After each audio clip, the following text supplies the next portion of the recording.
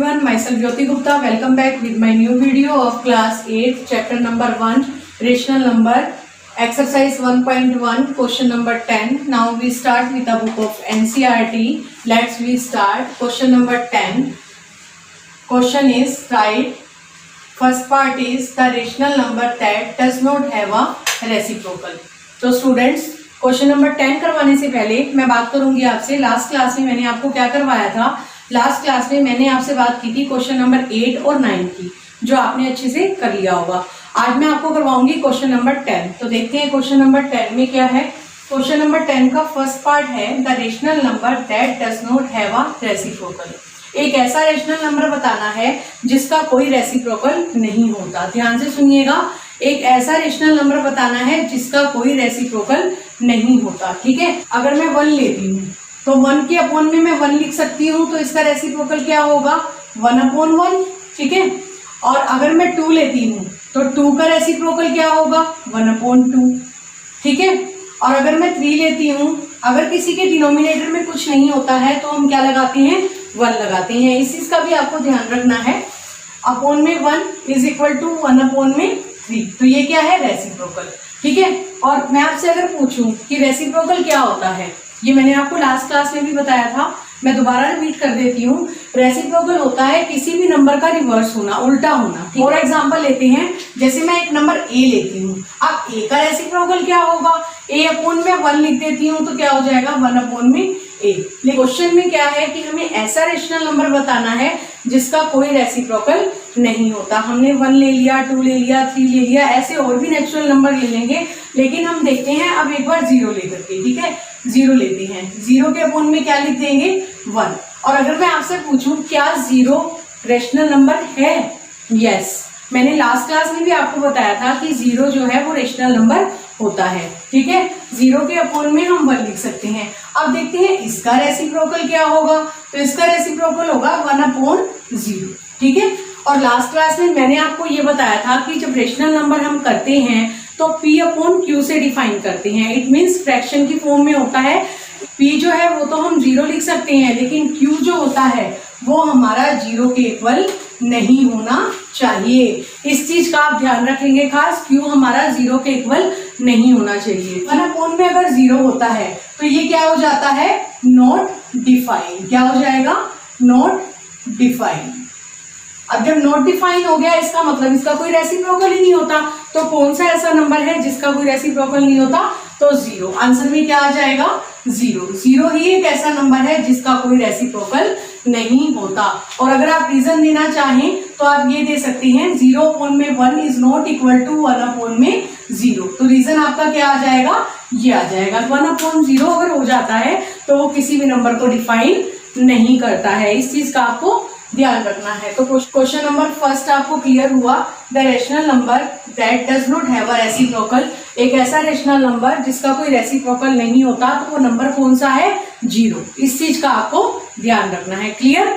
Now coming to the second part, the rational numbers that are equal to their reciprocal. अब हमें ऐसे rational number बताने हैं जो अपने ही रेसिप्रोकल के क्या हो, इक्वल हो। तो देखते हैं इसका मतलब क्या है। क्वेश्चन में क्या कहा जा रहा है, पहले हम उसकी लैंग्वेज को समझेंगे। क्वेश्चन में कहा जा रहा है कि ऐसा रेशनल नंबर बताना है कि अगर हम उसका रेसिप्रोकल भी करते हैं तो वो सेम आना चाहिए। कैसे, देखिए, अगर मैं यहाँ पर एक नंबर लेती हूँ a, ठीक है, और अगर मैं इसका रेसिप्रोकल करती हूँ तो क्या आएगा 1/a। क्या ये इक्वल है, नहीं है। अगर मैं नंबर लेती हूँ 1 का देखती हूँ, 1 का रेसिप्रोकल क्या होगा 1/1। क्या ये ऐसा रेशनल नंबर है, अगर मैं इसका रेसिप्रोकल करती हूँ तो सेम आता है, यस, एक तो 1 हो जाएगा। और अगर मैं 2 लेती हूँ तो 2 का रेसिप्रोकल करूंगी तो क्या आएगा 1/2। तो ये ऐसा रेशनल नंबर है जिसका रेसिप्रोकल सेम उसके इक्वल आ रहा है, नहीं। ठीक है, ठीक इसी तरीके से मैं 3 लूंगी, 3/1 1/3, ये कुछ और है और यहाँ पर इसका रेसिप्रोकल कुछ और है, तो ये तो बिल्कुल भी नहीं होगा। अब मैं पॉजिटिव तो लेके देख चुकी हूँ, एक बार नेगेटिव ले लेती हूँ। इसी तरीके से मैं -1 ले लूंगी, -1/1, इसका रेसिप्रोकल क्या हुआ -1/1। क्लियर, ये इसका रेसिप्रोकल हो जाएगा। तो कौन से रेशनल नंबर हैं जिनका मैं रेसिप्रोकल करती हूँ तो सेम नंबर आते हैं, तो वो नंबर कौन से होंगे 1 and -1। ठीक है, तो ये आपका क्या हो जाएगा आंसर। कौन से नंबर होंगे 1 and 1। ये आपका क्या हो जाएगा आंसर। ठीक, part 2 is clear. Now coming to the third part, the rational number that is equal to its negative. इसमें एक ऐसा रेशनल नंबर बताना है जो किसके इक्वल हो, अपने ही नेगेटिव के इक्वल हो। ठीक, इसका मतलब ये है कि अगर मैं ए लेती हूँ, एक नंबर ए लेती हूँ, ठीक है, अब मैं इसका नेगेटिव कर दूं, क्या ये इक्वल आ रहे हैं? नहीं आ रहे। ठीक, अब मैं लेती हूँ 1, एक नंबर लेती हूँ और मैं इसका नेगेटिव इसके इक्वल करती हूँ, तो क्या ये इक्वल है? नहीं है। ठीक है, सेम ऐसे ही मैं 2 लूंगी और 2 को भी नेगेटिव में लिखूंगी, इक्वल नहीं है। ठीक, अपनी एक वीडियो में मैंने ये भी बताया था कि रेशनल नंबर का एक ऐसा नंबर होता है जो अपने ही नेगेटिव के इक्वल होता है और अपने ही पॉजिटिव के इक्वल होता है। तो वो ऐसा कौन सा नंबर है? ऐसा नंबर 0 है। देखिए, मैंने आपको कहा था 0 का ना तो कोई पॉजिटिव होता है और ना ही कोई नेगेटिव होता है। अगर मैं इसको -0 लिखती हूँ तो भी मेरा आंसर 0 आएगा, अगर मैं इसको +0 लिखती हूँ तो भी मेरा आंसर 0 आएगा, है ना। तो 0 का ना तो कोई नेगेटिव होता है और ना ही कोई पॉजिटिव होता है। ये इंटीजर में मैंने आपको बहुत अच्छी तरीके से समझाया था। तो क्वेश्चन का आंसर क्या हुआ? The rational number that is equal to its negative. ऐसा कौन सा रेशनल नंबर है जो अपने नेगेटिव के इक्वल होता है? 0। क्लियर? तो आंसर क्या आ जाएगा इसका? 0। आंसर क्या आ जाएगा? 0। The rational number that is equal to its negative is equal to 0. It's clear? I hope you understood very well. Now let's we start question number 11 of exercise 1.1. Fill in the blanks.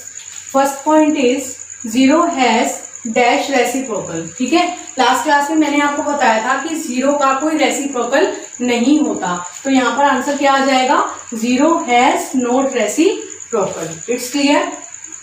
Second point, the numbers dash and dash are their own reciprocal.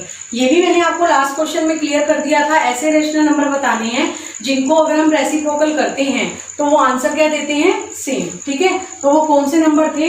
1 and -1. It's clear? Third point देखिए, the reciprocal of -5 is, ये तो बहुत easy है, आप अच्छे से कर लेंगे।